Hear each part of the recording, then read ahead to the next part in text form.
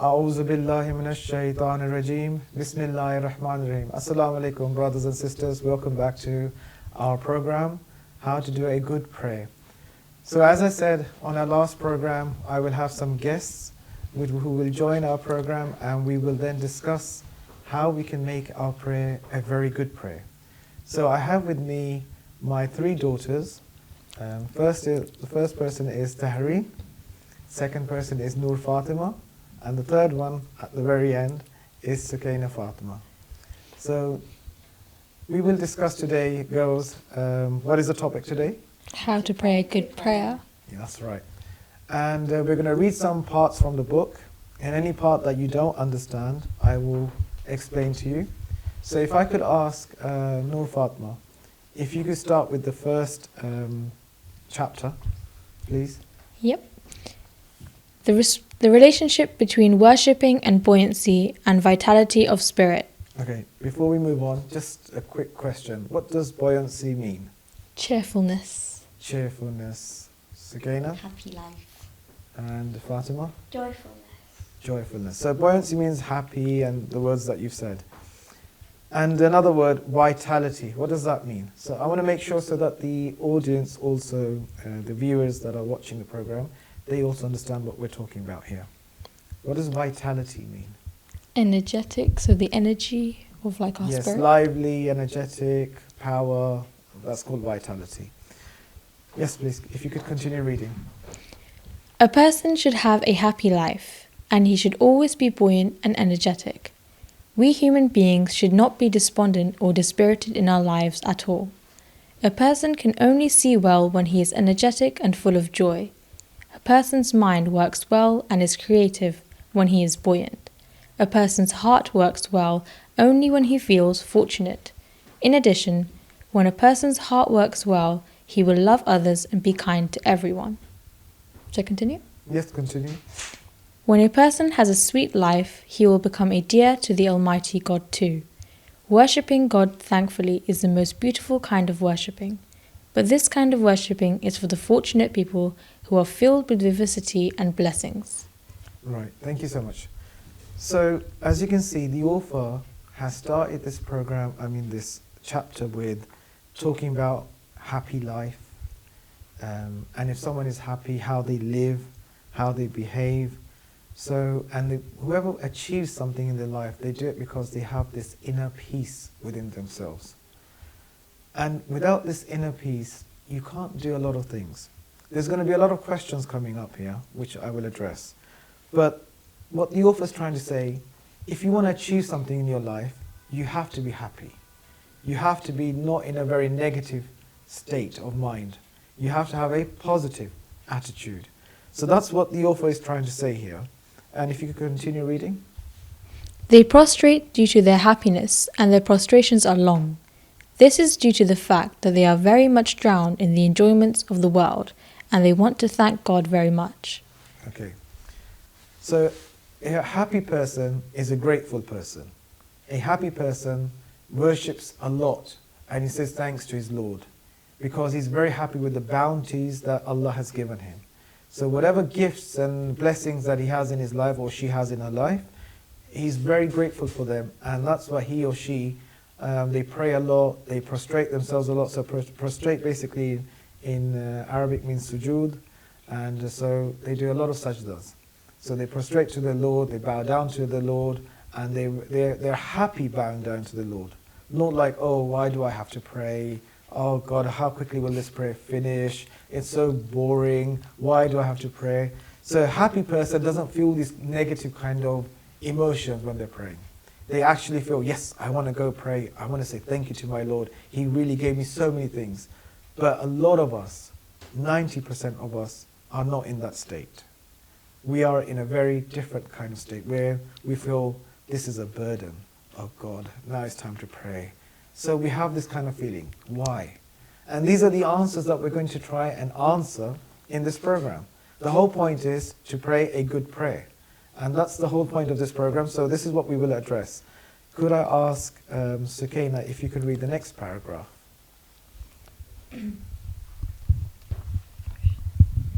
What should we do to start our life? become sweet, and we will be able to live with sweetness and consequently serve God with sweetness. What should we do not to be so thirsty for enjoyment that we pursue any enjoyment from any sin that we see, or imagine that what we see? Yes. So it's also saying there are some people, they want to go after enjoyment, pleasure, but they cross the boundaries of what Allah has said, no, don't cross these boundaries. For example, some people get drunk. They think by getting drunk, they'll lose their depression or they'll get more happy. Why are they doing this? Why are they crossing that threshold?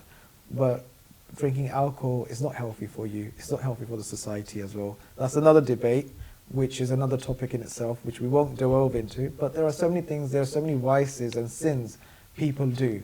Why do they do them? Because they're after some happiness, but they're going towards the wrong direction. Some get addicted to drugs, for example. They take pleasure out of drugs.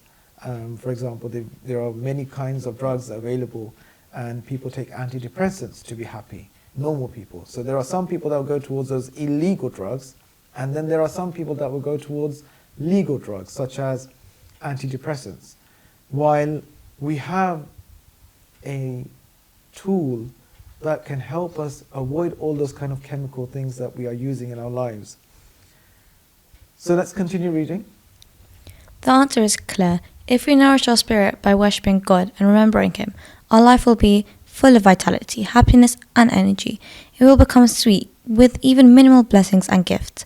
The main need of us human beings is for God Himself. Our main need is not for the blessings that we want to get from God. Okay, thank you, Zakira. So what the author is trying to say here is, what do you understand from this paragraph? Laura, if you could share your insight.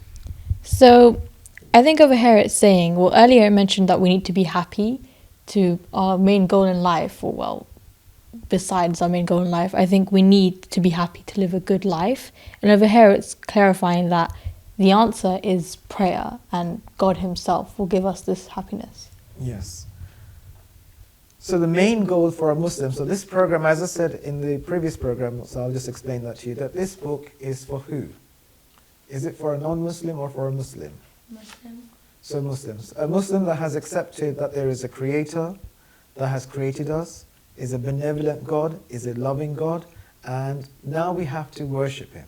So how do we worship Him? So this is for those people, this book.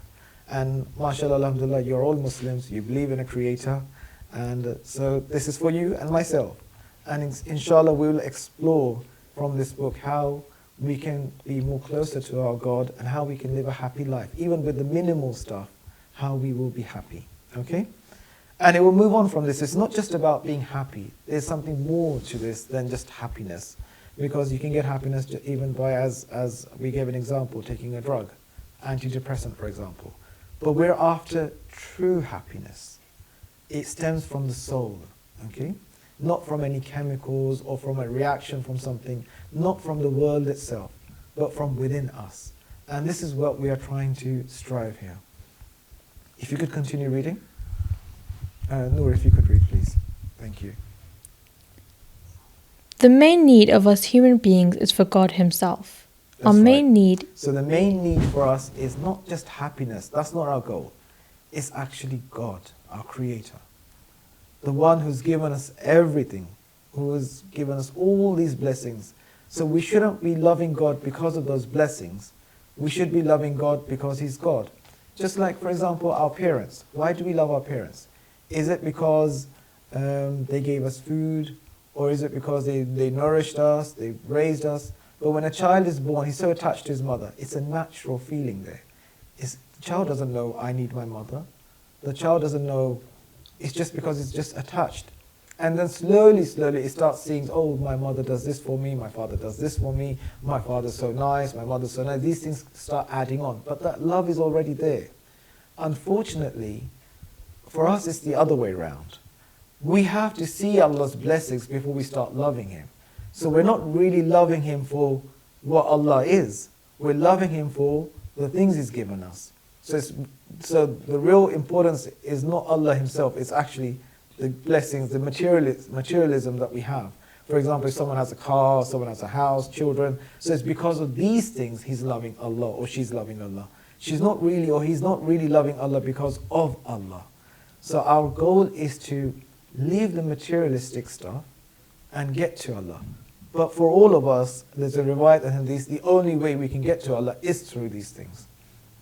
Unfortunately, because we're not the Masoom, we're not the prophets, we're not Ayatullah, we're not infallibles, and that is why the only way we can get through Allah is by seeing His bounties that He's given us, seeing His blessings that He's given us, and only through that way we reach Allah. But to improve that is by Salaat, and we'll understand that more as we read the book. So please continue reading. Our main need is not for the blessings that we want to get from God. We need God Himself, and we should get energy and life from Him directly. Otherwise, the battery of our spirit will become weak, and we will die little by little. I mean, we will become dejected. The way that we get energy directly from God is through worshipping.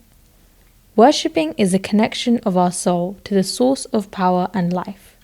It regulates the life force of our spirit and nerves. Worshipping even has a good effect on our body. By worshipping, the cells of our body become kinder to us.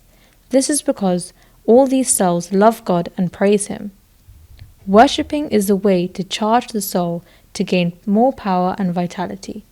Naturally, with worshipping, life and servitude will become sweeter. Thank you so much.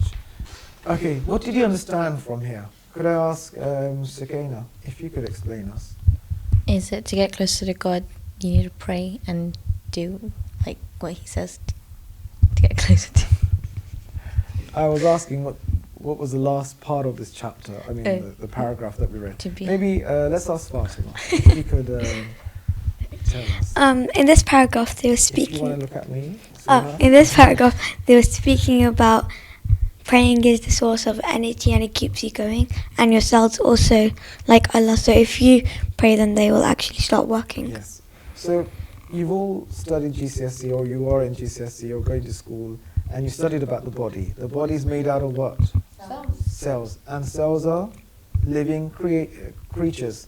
They're organisms that are alive. They live in our body. They reproduce in our body. They breathe in our body. They eat from our body. They live. Each cell is worshipping Allah. So when we, as an organism ourselves that's made out of these cells, do not worship Allah, then we're not in sync with Allah's system. And that is why these cells then will not be happy with our behavior. So if you want these organisms to be happy, you should be also worshipping Allah, because all these organisms that we have inside us, these cells, all of them are doing Allah's tasbih. They're doing the zikr of Allah. So they are saying, they're worshipping Allah. And then us, as a human being, as a soul that inhabits this body, when we don't worship, then they rebel against us. And that is why sicknesses, illnesses, diseases start to produce in ourselves, in this body, because we're not in sync with worshipping Allah. Does that make sense? Can I ask a question? Yes. How come people who are very religious get sick then? That's a very good question. The reason is when Allah wants someone to be more closer, then Allah puts them through some trials. Remember, this earth is not heaven. So you will go through up and down in your life. There will be high points, there will be low points. And one of those low points are being sick. But depending on the sickness, for example, even the prophets got sick. But their sickness was only a temperature, like they had a fever, for example. Other than one prophet, who was Prophet? Yaqub, Job. Prophet Job. Yeah. He was the one who got very sick. And he even had boils coming out of his body, insects eating his body as well. He was very sick. And that was a trial from Allah Himself. But otherwise, that's a trial that comes from Allah. But then there are some things that you do yourself. For example, if you eat too much, of course you're going to get sick. If you eat at the wrong time, you will get sick. And just like that, if you don't worship correctly at the right time, and take this as an importance, that will also have an effect on your body. And that's why you get sick. So what was your question again? You kind of did answer it. So I asked, why do some religious people get sick? And you said it's a trial for some people. Yes. And also if you yourself aren't looking after yourself, you'll also get sick. Exactly. So the sins that we do, they also make us sick. So sometimes it is because of where our spirituality is at. So if we're doing a bad habit, our body takes it really badly. Sometimes Allah allows it for it to get sick. And the reason why we get sick is because Allah wants to purify us. He wants us to be cleansed so that we don't do that sin anymore. But it's Allah's judgment. He knows when to make you sick and when not to make you sick. It's according to Allah's plan. He knows how He will deal with you. Each individual is an individual. So I can't compare myself with you. You can't compare yourself with me. We're all on our own path.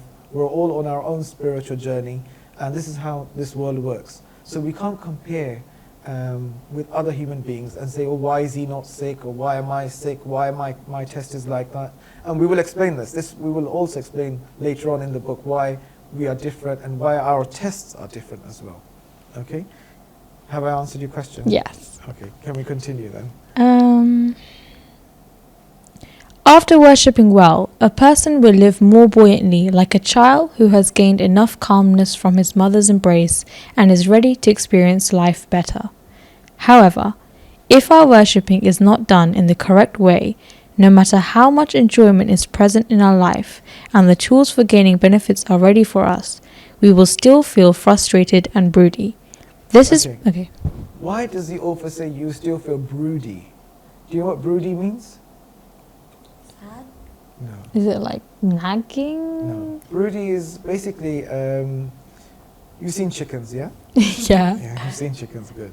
So, have you seen a little chick come out of a chicken's egg? Yeah. So when a chicken comes out of the chicken's egg, the first day, the very, very moment, he needs his mother's, the hen's warmth. And so the hen covers them up and they stay under the feathers of the hen, and she broods them. So she's giving them that heat.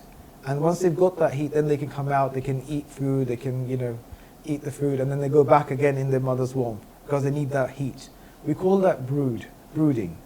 Usually what happens when we are raising chicks artificially, so we put them in an incubation machine and they incubate for 30 or 21 days, the chickens are 21 days, and then they hatch from the eggs. So once they hatch, we put them in the brooder. Why? So that they can warm up, their feathers dry out, so they can then go outside and they can be on a normal temperature. So that brooding is like giving them that warmth, that energy that they need so that they can then perform outside in the world. This is what we call brooding. So if you don't pray, you're not getting that energy from Allah, that thing that can make you work. So you still feel like, oh, you need that warmth and you're not working, operating properly. And that's what happens. So when those chicks are not kept in a brooder properly, or are not kept under the hen and not given that warmth, what happens is they go out in the world and they start dying because of the cold. They don't have the heat inside, they don't have the warmth, the energy that they could have got from their mother. So the same example is for Salaat. So when you don't pray, you still feel like broody. You need that energy, that warmth, that love from your mother, for example. That's an example of what Salaat is. Does that make sense to you? Yeah? Right, can you continue reading? This is because we are not as energetic and balanced as we should be. No enjoyment can satisfy and enliven us as it should. It is possible that we need to bring reasons for some people about why worshipping brings energy and life for the soul of a person. They ask what the reason for this apparent buoyancy that we see in godless people is. However, this is not the time or place. Can I stop here? So the author has mentioned a very important point here. So you could ask me a question like the author has just said, well, what about non-Muslims? They don't pray. Why are they so happy and buoyant, and why are we not happy? So the author doesn't address this in the book, but I would like to address that for you. So do you have that question for me? Yeah. So how would you phrase that question? Well, some non-Muslims are very rich and very happy, and they seem to be, also some non-Muslims meditate and celebrities. They seem very successful and happy with life. So this is a very important question here that you've asked. And that's one of the reasons why a lot of Muslims don't pray. They don't pray is because, well, look at them, the non-Muslims, they don't pray and they're living a happy life. So I don't need to pray and I can survive. But the problem is they don't understand a very vital question here. Once you've accepted and believe in Allah, now your accountancy or your evaluation or your test is very different from a non-Muslim. So a non-Muslim's lifestyle and whatever he's been given in this world is according to this world. But now our accounts, our test is now for the next world. And that's why there's a disparity between our life and their life. Now our life, blessing and happiness and progress depends on the Salaat. But their progress does not depend on that. That is why we cannot compare ourselves with a non-Muslim, because their accountancy with the Lord is very different, because they haven't entered the fold of Islam. So Allah is still giving them in this world, so that they don't say at the Day of Judgment, oh, you didn't really give me anything to me to come towards you. But once we've entered, now we have to go through some tests. Our test is different from a non-Muslim. Their heaven is within this world. Our heaven is in the next world. And we have to work for that. And that starts with prayer. Does that answer your question? Or do you need more explanation? Can I ask one more question? Yes, ask. Does everybody get the opportunity to become Muslims though? Yes, everyone does get an opportunity, because the 5 senses Allah has given us, these are the tools for us to get to Allah. So the eyes that we have, the hands that we touch with, the nose that we smell with, the tongue that we talk and taste with, these are like pens, or you could say sensors. And by this we're learning about the world. So slowly, slowly we're understanding how this world works, how this world operates, what is it all about. And that's why I said this book is for those people that have once reached the conclusion of that God does exist. And then they start operating on this. So each human being is in his own journey. And each human being has his own mental capacity to understand how far is he, at what level he is. So God knows best which individual is where. But there are some people that don't want to actually learn. So they have eyes, but they're not looking. They have ears and they can hear, but they're not listening. They have a mind that works. They can sense, they have logical brain, they understand a lot of things, but they're still not understanding what they should be understanding. For example, the most important thing that they should be understanding is that there's a God. A God exists. But they've never focused their mind over there. They've never tried to see with their eyes that there's a creator. They've never tried to hear God from their ears. They've never tried to see from their inner mind, inner soul, what's really going on, how this world operates. They've been so oblivious with what's really in front of them that they say, oh, there is no God. But that's a different topic in itself. We have to come back to how we can pray a good prayer. So could I ask Noor if you could continue reading? However, this is not the time or place to explain more about this here, because our main topic is how to worship well, and we must pass through these introductions briefly. Anyway, that which causes a person to be able to enjoy the minimal blessings of the world and not to feel that he needs to sin is worshipping. Worshipping, in the special sense of the word, means that you stop doing everything that you are doing, stand in front of God in the way that He says, and think about Him. You must keep remembering Him, and all of your movements should be in accordance to His orders. Worshipping, in the special sense of the word, means the ritual prayer, Salaat. Okay. So basically what the author is trying to say here is that Salaat is the main purpose of praying. And that is the only worship that is accepted. So there are many forms of worship, for example, like your fasting in the month of Ramadan. But this is dependent on Salaat itself. So all our good actions that we do, if they need to be measured by Allah subhanahu wa ta'ala, they will be measured through our act of Salaat. So first, if Salaat is accepted, then all our other deeds are accepted. But if our Salaat isn't accepted, then all our other deeds, for example, we give charity, we give sadaqah, we give, we fast, we go hajj, all of this will not be accepted unless we perform the Salaat. That's right. So the cursor, or the axis of all our other actions to be accepted is what? Salaat. Salaat, yes. Should I continue? reading? Yes. Don't say, we don't need to be buoyant and energetic. You will receive a formidable answers. Yes, the group of people who don't need to be buoyant and who have more important needs are the thieves. Their only need is for the policeman not to arrest them. They don't think about anything else. Another group who feel no need to be buoyant and energetic are the drug addicts who are poor.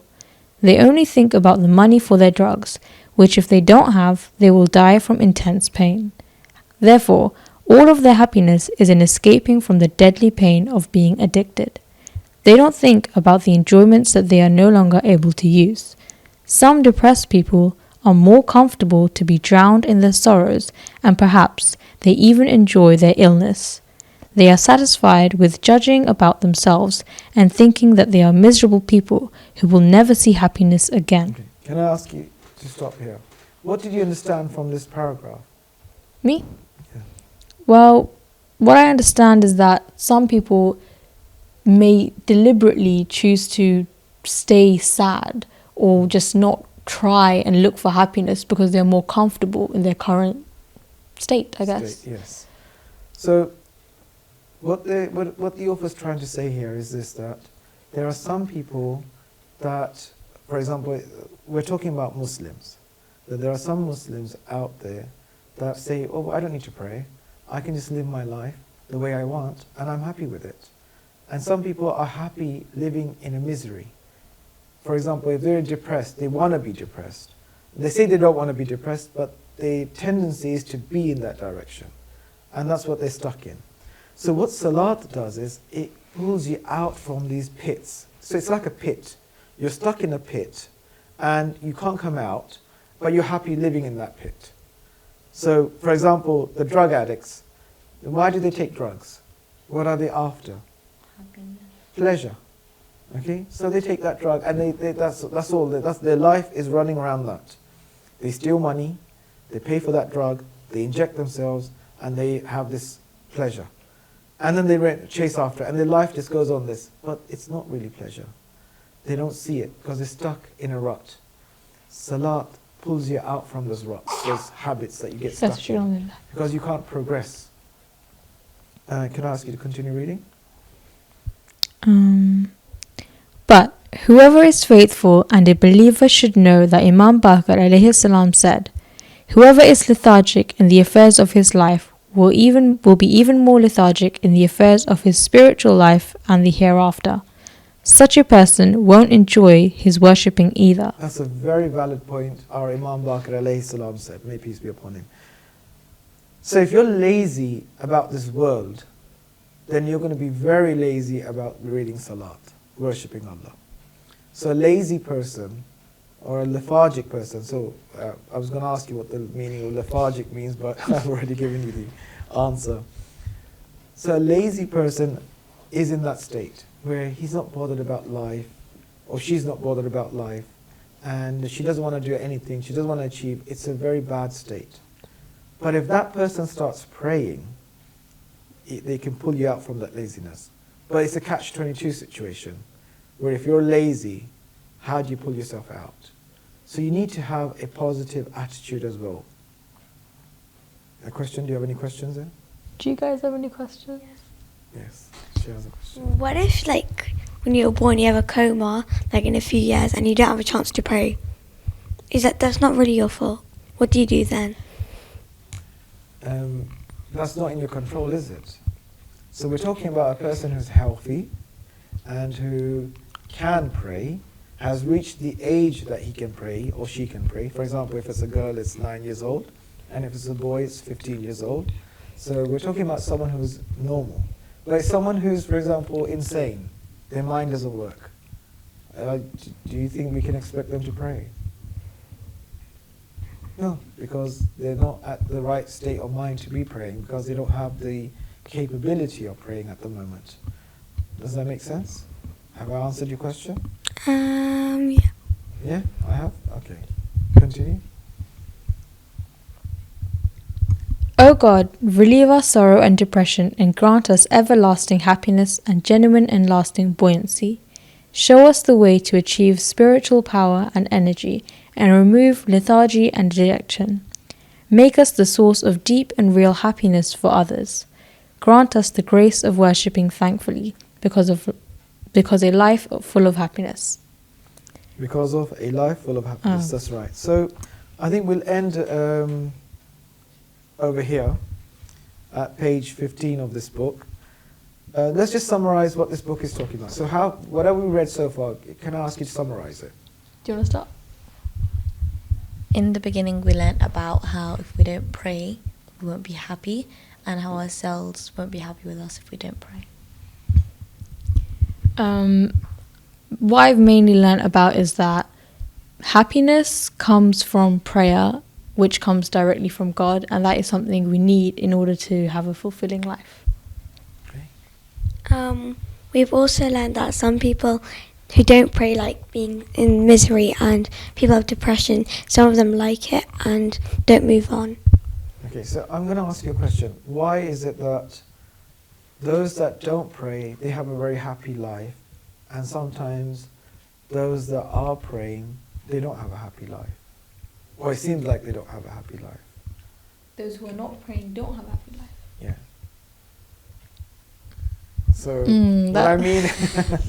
what I mean is those that don't pray and are not Muslims, if you look at them, how is their life? For the non-Muslims, is it they have a good life because their life after won't be that good, and Allah's giving all of them all of what they want right now. Yes, that's right. So they're the worldly possession. yes, so whatever they want, they're given in this world. So they have nothing in the next world. But because we have to work for the next world, this world now becomes a means to an end. So we want to use this world for the afterlife. Does that make sense? Yeah. So that's why it starts with Salaat. So the more importance we give our Salaat, the better our life becomes in this world for the hereafter. So the goal is the hereafter. But what happens is those that don't believe in God, they find this world to be everything.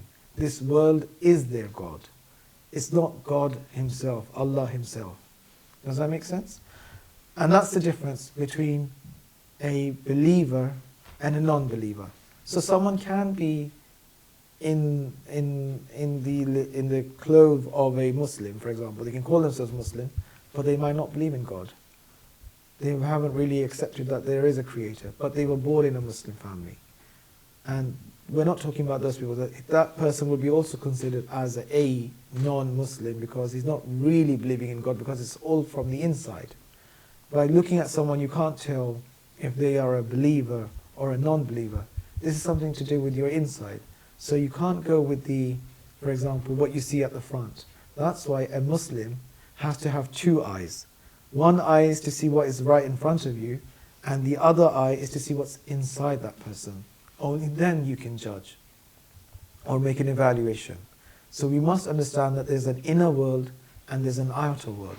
And that's why in the Quran it says, in the first surah, Surah Baqarah, that believe in the ghaib.